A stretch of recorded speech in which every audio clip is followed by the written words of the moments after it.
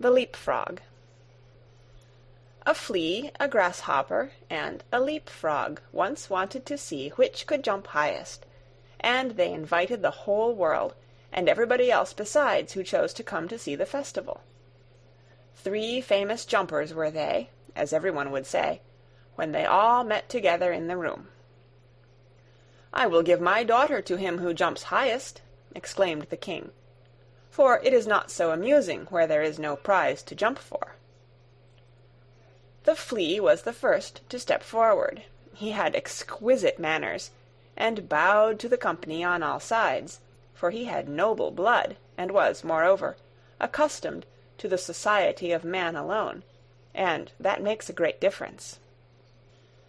Then came the grasshopper.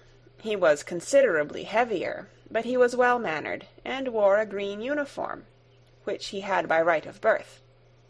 He said, moreover, that he belonged to a very ancient Egyptian family, and that in the house where he then was, he was thought much of.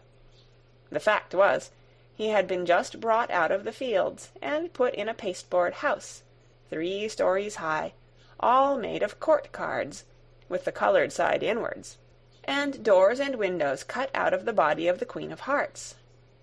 "I sing so well," said he, "that 16 native grasshoppers who have chirped from infancy, and yet got no house built of cards to live in, grew thinner than they were before, for sheer vexation when they heard me."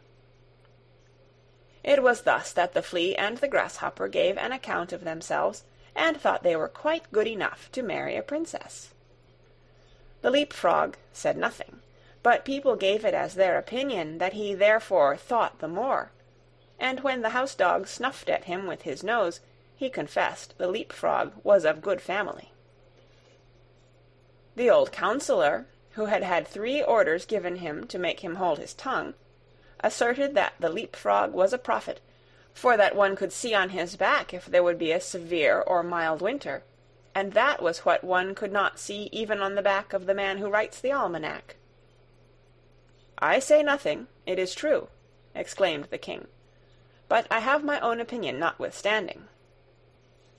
Now the trial was to take place. The flea jumped so high that nobody could see where he went to, so they all asserted he had not jumped at all, and that was dishonourable. The grasshopper jumped only half as high, but he leaped into the king's face, who said that was ill-mannered. The leap-frog stood still for a long time, lost in thought. It was believed at last he would not jump at all. "I only hope he is not unwell," said the house-dog, when, pop! He made a jump all on one side into the lap of the princess, who was sitting on a little golden stool close by. Hereupon the king said, "There is nothing above my daughter, therefore to bound up to her is the highest jump that can be made. But for this one must possess understanding, and the leap-frog has shown that he has understanding. He is brave and intellectual." And so he won the princess. "It's all the same to me," said the flea. "She may have the old leap-frog for all I care. I jumped the highest, but in this world merit seldom meets its reward. A fine exterior is what people look at nowadays." The flea then went into foreign service, where, it is said, he was killed.